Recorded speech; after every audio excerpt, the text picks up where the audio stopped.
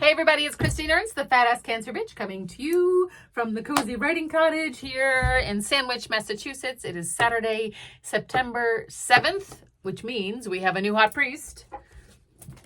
Say hello to Padre Settembre, which is a big improvement over August, frankly. Kind of smoldery. Forgive me, Father, if I have sinned. I went to the dentist this week, which I'm going to tell you about. And there's a weird, hard right turn in the middle of this piece, which is not an apology, but just where I went. But I went to the dentist, literally, earlier this week. And I love my dentist. She hums show tunes while she works, and she tells me about her latest trip, her latest grandchild. She's always careful to ask me questions that only require a nod or a thumbs up. She is kind and funny, and it never, ever hurts except for that first sting of the Novocaine injection. But I also hate the dentist. Leftover anxiety from the awful one that I had as a child. I lose sleep. I have nightmares. I try to schedule appointments for early in the morning so I can get it over with. This week, it was a crown. Not cheap. A tooth that is mostly old filling had started to degrade. It was all over in less than an hour. No pain, hardly even any discomfort.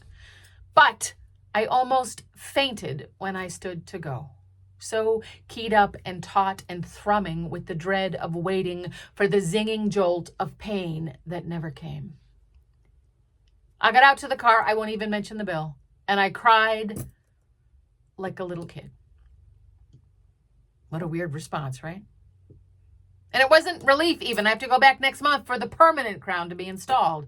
Just a release of all that pent-up fear. I drove to work a little flummoxed, like, my 7-year-old terrified self is still here with me.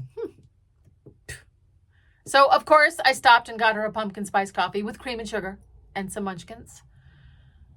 I did not berate her for being a baby. I did not shame her for being scared. I tried to take good care of her. Us. I say it so often, it should not have surprised me. My whole life is learning how to be a good mother to myself. That was Tuesday. On Wednesday, that kid in Georgia killed 2 classmates and 2 teachers and shot up 9 more with an AR-15 that his dad gave him. The 26th school shooting so far this year in the U.S., the 759th mass shooting so far this year in the U.S. Pro tip, you should bookmark gunviolencearchive.org on your browser for a handy running total and lots of other horrifying statistics. I thought of all those terrified kids. The ones who died, the ones who survived. How they will grow up.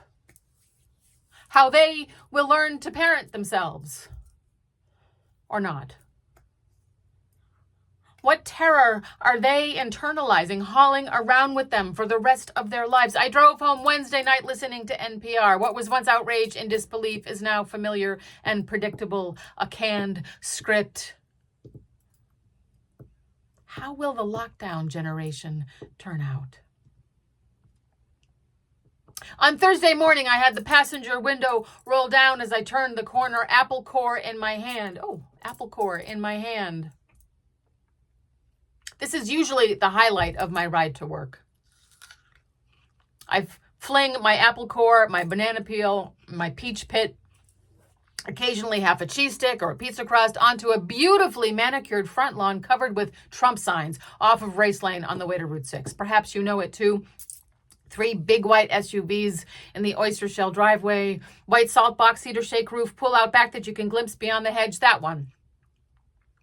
This morning, though, there is a new sign way down at the edge of the lawn, practically on the street. He put it up overnight. He had to. How did he get it printed so fast?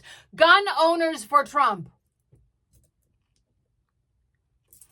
Shouldn't shock me by now, but it does. Another school shooting, and this guy goes right to his well-regulated militia. I gasp. I swear. I forget to throw my apple core. Fuck you, you motherfucking smug piece of shit, saltbox asshole, gun-toting, garbage-life Ford Bronco, motherfucker. On the highway at my exit, I'm behind a truck with 2 stickers on the driver's side rear window, an American flag, and a Sig Sauer decal, side by side.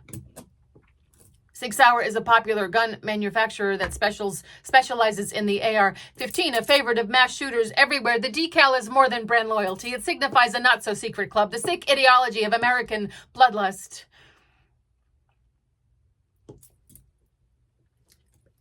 There's nothing new to say here.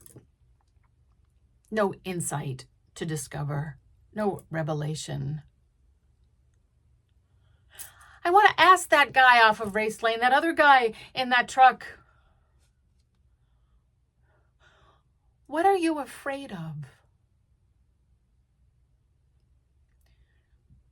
Why do you need the power to kill someone?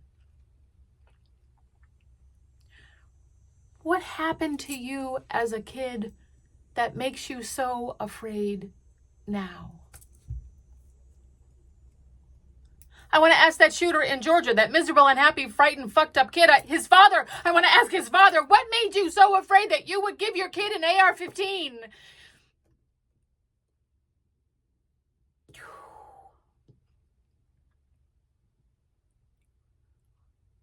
We are all terrified little kids inside.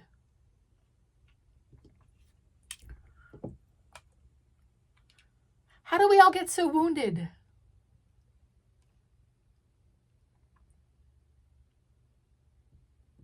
How do we heal?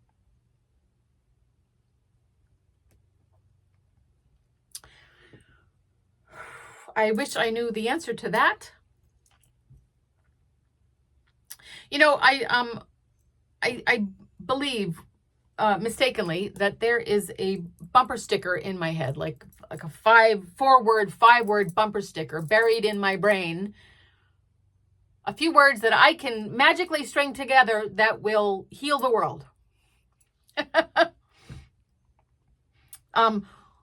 Who would Jesus shoot is one. That's pretty provocative. But I think it's actually, what is your wound? I think that's the question. What is your wound? That's where the conversation needs to start every single time. You're an asshole. You're a mass murderer. You're a mean person. You're an unhappy person. What is your wound?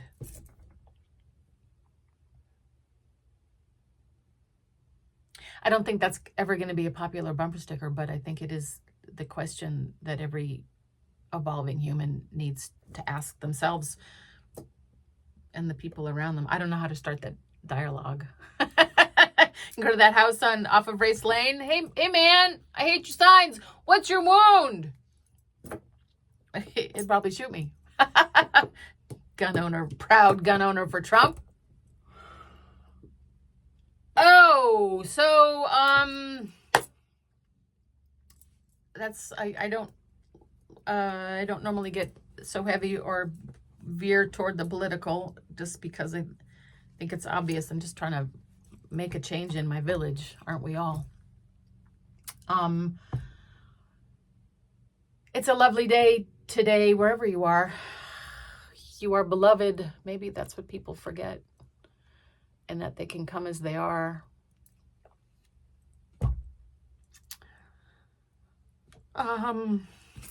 You are beloved. I hope you need to hear that. And it's okay to come as you are. Unless you're a gun lover for Trump. Even then, come and talk to me, please. Don't forget to floss. I'll see you next week. Bye.